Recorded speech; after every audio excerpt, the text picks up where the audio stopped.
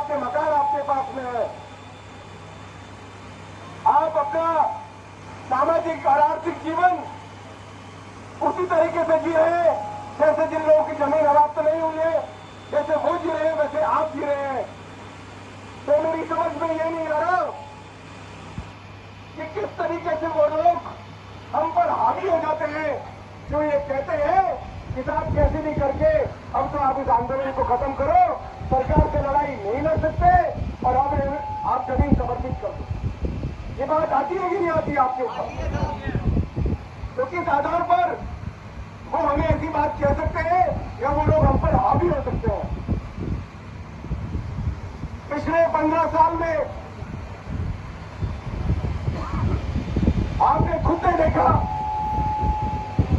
कि हम लोग लगातार सरकार को एक चेतावनी दे रहे थे कि सरकार कागजों में जमीन अपने नाम कर सकती है, लेकिन सरकार को जमीन लेने के लिए नींदर की धरती पर आना पड़ेगा और हम किसानों से सामना करना पड़ेगा, हम कॉलोनी वासियों से बात करनी पड़ेगी। और जब 2017 में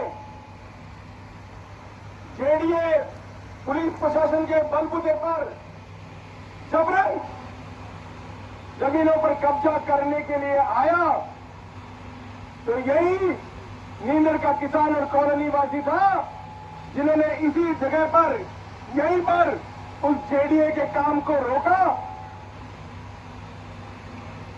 और सरकार के सामने आंदोलन करके सरकार को झुकने पर मजबूर किया। और 2017 में जेडीए ने हमारे साथ समझौता किया कि जमीन का सर्वे दोबारा से किया जाएगा। इस नींदर आवासीय योजना में आने वाली जितनी भी जमीनें हैं, जितने भी मकान हैं, उनका सर्वे दोबारा से किया जाएगा। ये समझौता सरकार ने जेडीए ने हमसे किया कि नहीं किया, बताइए आप। तो ये बात हम कितनी बार आपसे कर चुके हैं कि जब सरकार और जेडीए हमसे समझौता कर रहा है और समझौते की पालना अगर जेडीए और सरकार नहीं करता है तो दोषी कौन है? सरकार। किसान और कॉलोनीवासी दोषी है कि जेडीए और सरकार दोषी है? ये आपके सामने है। फिर 2020 के अंदर फिर से जेडीए हमारे इस धरती पर कब्जा करने के लिए आता है और फिर से यही किसान और कॉलोनीवासी है, उन्होंने फिर से उसी आंदोलन की मशाल को मजबूत किया और सरकार को झुकने पर मजबूर किया। आपको ध्यान होगा जब 2020 में हमारा आंदोलन चल रहा था तब हमने कहा कि जेडीए को साइड में करो, सरकार से बात करेंगे केवल।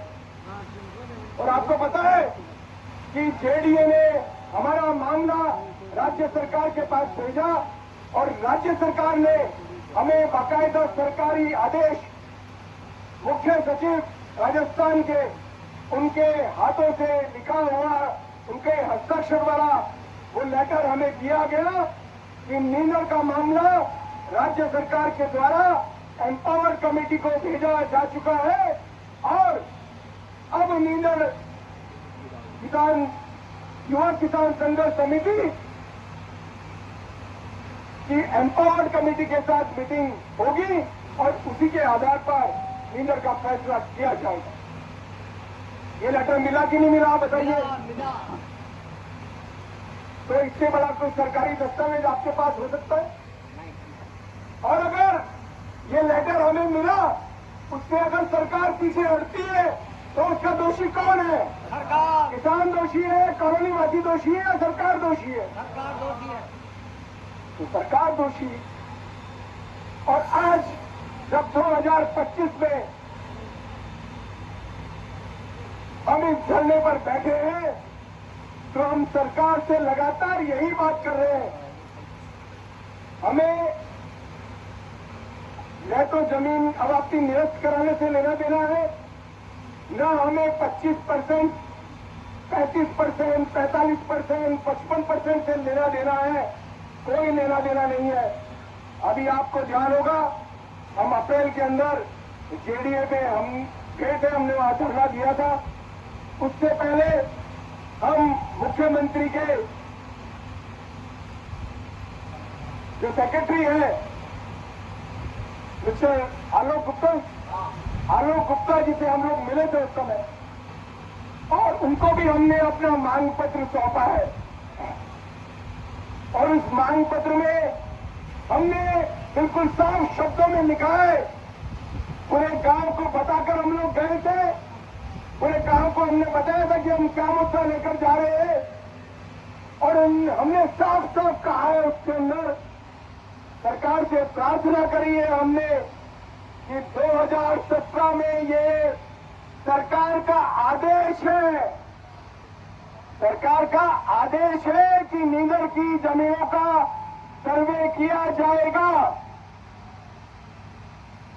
तो हमने सरकार को ये कहा है कि 2017 में जो आदेश निकाला उस आदेश की पालना करवाइए, नींदर का सर्वे दोबारा से करवाइए। और दूसरी हमारी जो महत्वपूर्ण मांग हमने रखी कि 2020 में एम्पावर्ड कमेटी से जो हमारी वार्ता होनी है, नींदर का सर्वे कराइए, सर्वे की रिपोर्ट प्रस्तुत करिए सरकार के सामने, और उस रिपोर्ट के साथ नींदर बचाओ युवा किसान संघर्ष समिति की, हमारे किसान कॉलोनी वासियों की राज्य सरकार की एम्पावर्ड कमेटी से मीटिंग कराइए। ये दो महत्वपूर्ण मांग हम खुलेआम हमने सरकार से करी है।